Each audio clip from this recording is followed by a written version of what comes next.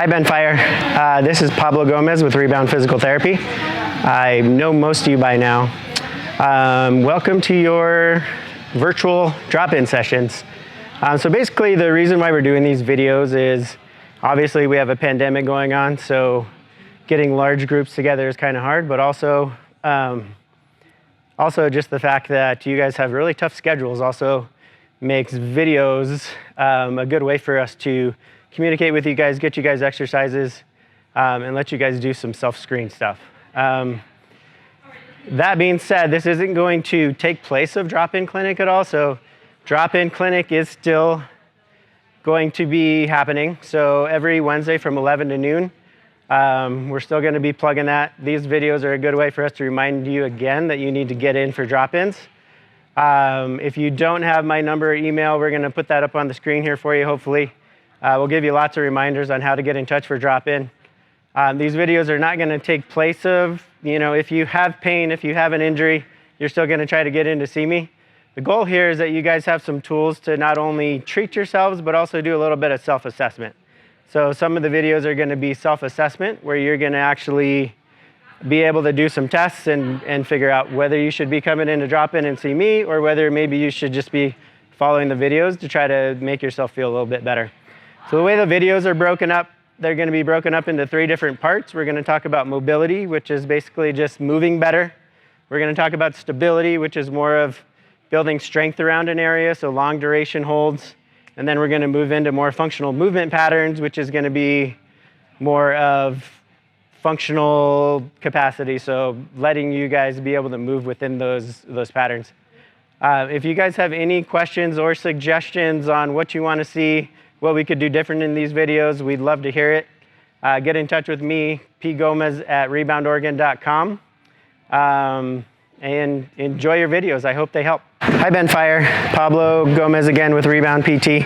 We have your second video in this series where you're going to talk about low back and hip health today.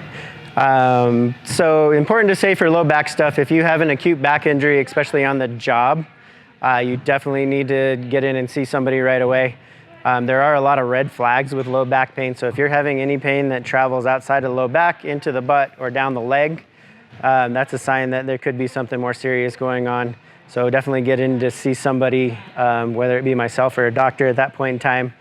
And then if you feel like you have any severe weakness or pain that's been going on for more than maybe 1 week, then get in to see somebody as well. But for all that other kind of minor sprain and strain stuff, as well as if you've just had some stiffness and lingering issues, then hopefully this stuff will help you a little bit. So once again, we're going to talk about a self-screen. So self-screen for the lumbar back, for the lumbar spine, as well as the hip, we're going to go through 3 different things. So first one we're going to do is just a general toe touch. So Dalton's going to show us a toe touch here. Get basically feet shoulder width apart. He's just going to bend forward and try to touch his toes. He's trying to keep his knees fairly locked. They don't need to be locked all the way. What you're looking for here is, are you getting kind of any significant kind of pinching or pain in the low back? Or are you feeling any pain that travels down the leg at all? Sometimes that forward bending position can really aggravate those kinds of things. So if you do get anything that travels down the leg with that, then again, try to get in and see somebody right away. The second test is going to be called a Quadrant Test. So with a Quadrant Test, you're going to test this on both sides, but this is a really easy self-test. He's going to drag his arm down the back of his leg. So this is doing basically 3 motions in the spine at the same time. He's extending, side bending, and rotating. And again, on this, you should get, if you have an issue, you will get a pretty pronounced pinch in the low back. That is more of a mechanical sign, which is a better thing than if you get a pinch and then also pain down the leg.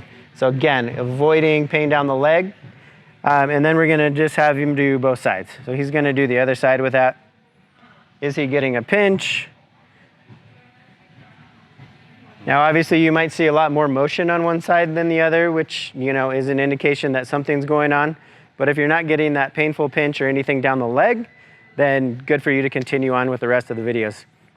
Last thing we're going to talk about for a self-screen is just a kneaded chest. And this is a little bit more of a self-screen for the hip, although you may get some back stuff with this as well.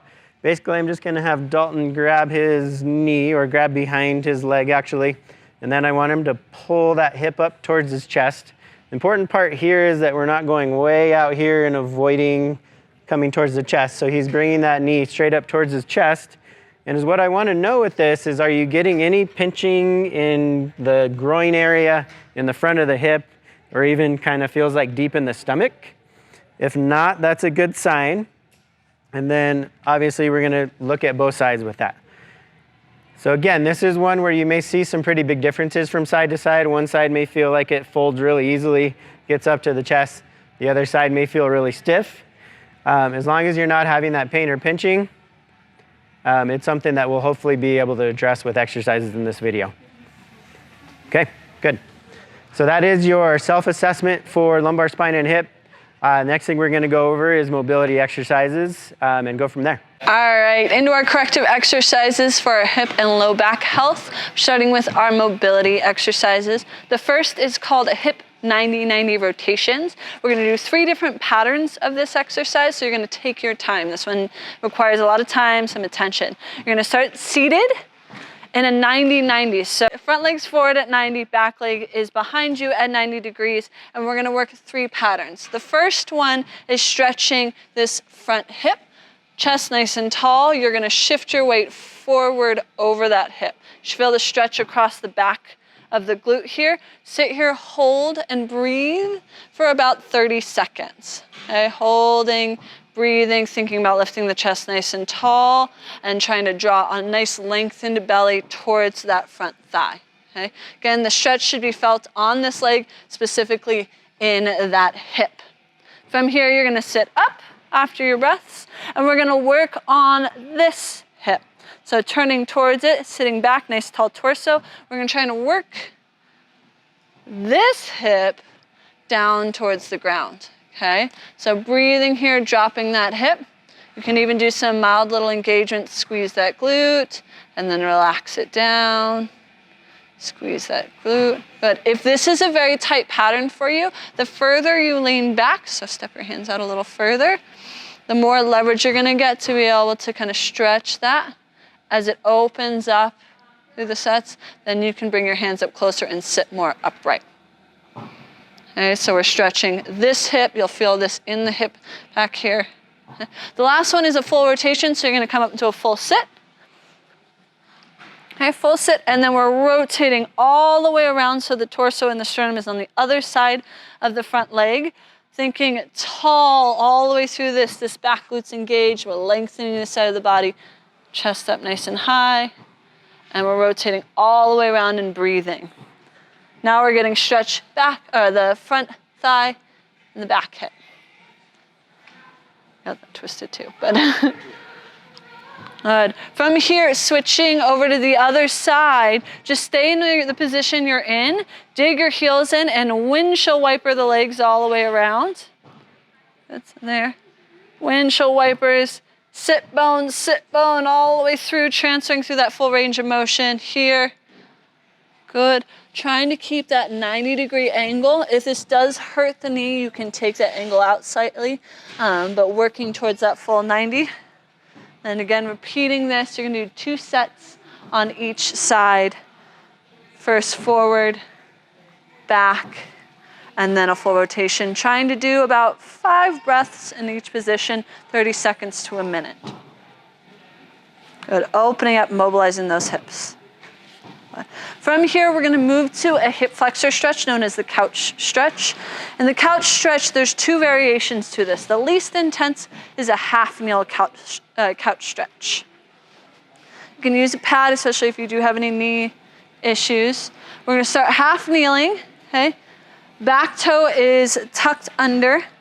What we're trying to do is create length on the front of the thigh. So big important thing is that we're not pushing into the hip. Instead, what we're doing is we're drawing the abs in, squeezing this back glute, and using that glute muscle to drive the hip forward. Notice he doesn't have to be pushing or extending that hip to get stretch. Instead, nice and long all the way through that, feeling this down the thigh. Holding this for about a minute.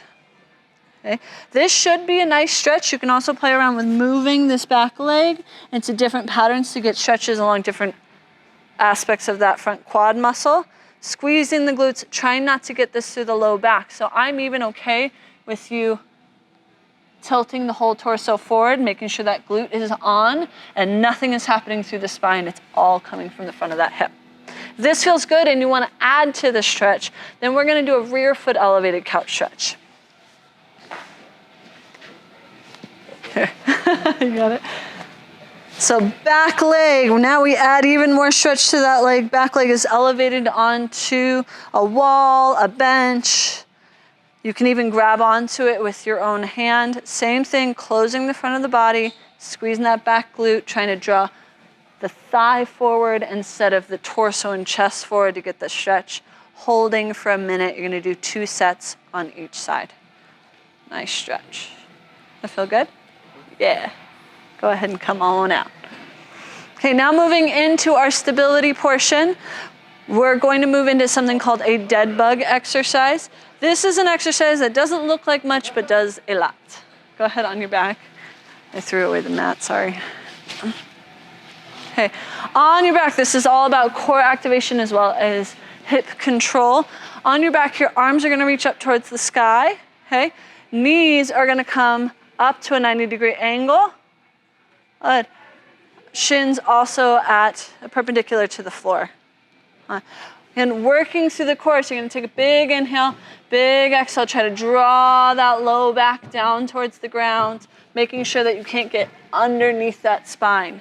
From here, without losing the connection to the floor, you're gonna slowly lower one leg. Go ahead and do it with the bent knee.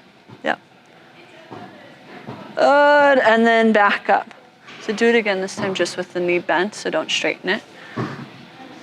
Yes. Yep, just like that. There you go.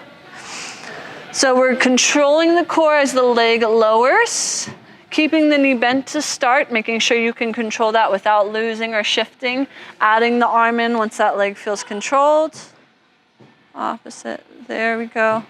If this starts to feel really good and you want to advance it even more, then you can lengthen the leg all the way out, coming back up. So breathing through this big inhale, big exhale, and we'll alternate to the other side.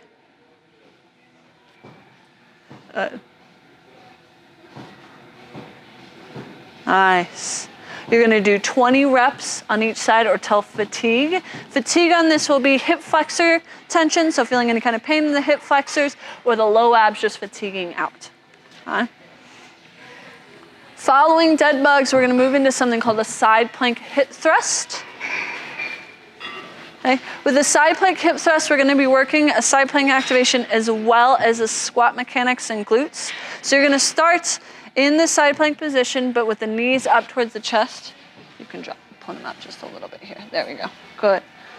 So from here, we're first gonna load the side of the body. We're gonna do this by tilting the hips towards the ground and then lifting up onto that knee, good. So now we have that side body engaged, and then you're gonna squeeze the glutes and drive them forward, all the way forward, all the way forward, all the way forward into that side plank, okay? Holding this for 30 seconds, and keeping that engagement all the way through. Glutes engaged, side of the body's engaged. If you do feel any pain in the shoulder, open that chest just slightly, and then draw the arm down the side of the body so you feel an engagement here. Okay? And then slowly return, and then you're gonna do this again. So 2 sets each side, 30 seconds for a total of a minute on each side. So side, loading here, yep, coming up to the knee, and then driving those hips forward, squeezing through the glute, not letting that low back go into any extension, holding for 30 seconds, and then coming back down. Good. Following our side plank, now that we've got the core engaged, we've got our obliques engaged, we're gonna move into a glute engagement, a one leg bridge hold, okay? This can also be used as a little bit of a screen, and it can be regressed to just a regular bridge. Starting on the ground, your traditional bridge. Squeezing those glutes, drawing them all the way up, making sure that you're not into a low back extension, so drop this just a little bit. Yeah, there you go, okay? So once you're into this bridge, if this feels good, you can hold it for a minute. Then we're gonna lift one leg up. Okay? What we're watching for is that the hips stay exactly where they started. If you see that hip drop down, then you're going to go back to a regular bridge and just lightly lift. So do like a heel lift instead. Good. And try to hold that. The goal on this is holding it for 1 minute. If you can't get to a minute, start 20 seconds, 30 seconds, keep pushing that goal all the way up. Again, focusing on making sure that the pelvis doesn't shift and that we're not flaring through the rib cage. So go into an overextension for me. So that is an overextended bridge. All of this is coming from the rib cage. His low back is on. We're dropping the rib cage, keeping the hips high, making sure the glute does everything. Okay? Second point on this, if the hamstrings, the back of the thighs, start taking on this exercise, you fatigued. Okay? You are done. Come out of it, reset, go back into that glute work. Okay? So what did I say, 3 sets, 1 minute each side. This is going to take some time, so a total of 6 minutes. Again, if you can't get to that minute, set that as your goal, going 20 seconds, 30 seconds, 40 seconds, all the way through. Once we've completed all of our mobility and our stability exercises, your body is primed to take on harder exercises. We're going to be doing hip thrusters, farmer carries, and wall taps. Starting with the hip thruster using a bench, a chair, anything elevated above a foot. Okay. Shoulders are going to rest onto that bench, chair, whatever surface you're being supported on, and we're going to go into a same bridge position.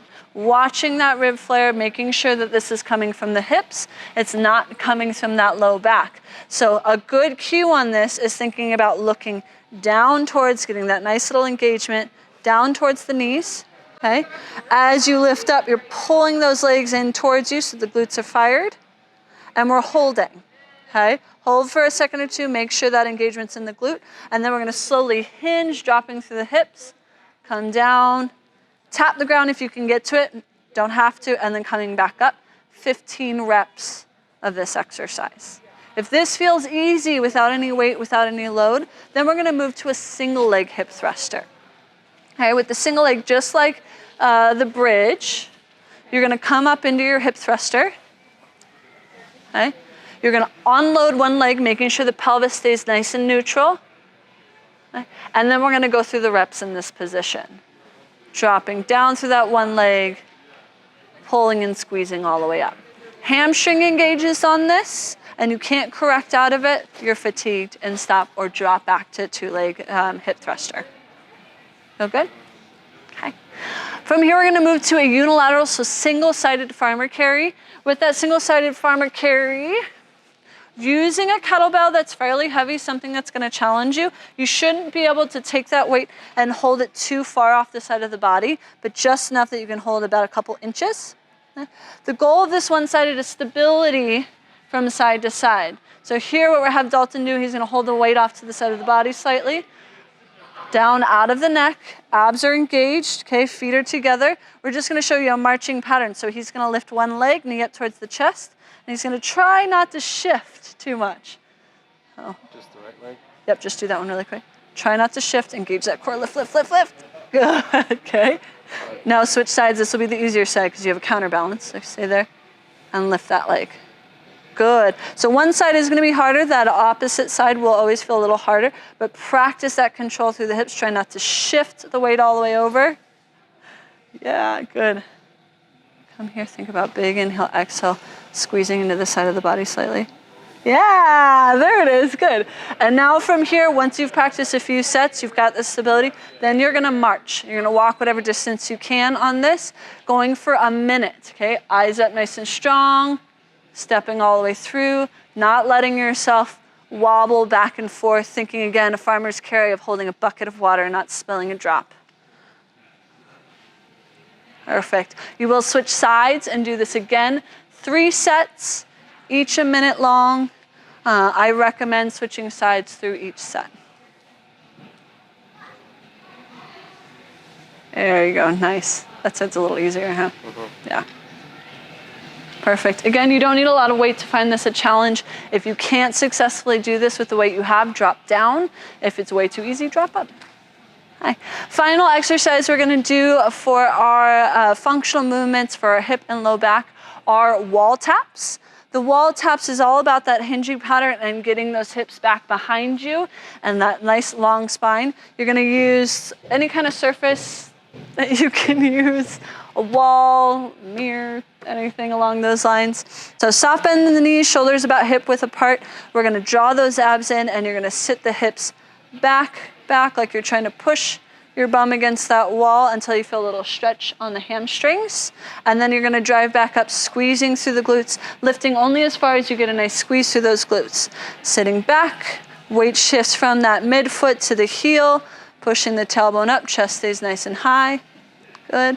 Arms can be in multiple positions on the hips, over the head, or if you really want the challenge straight overhead.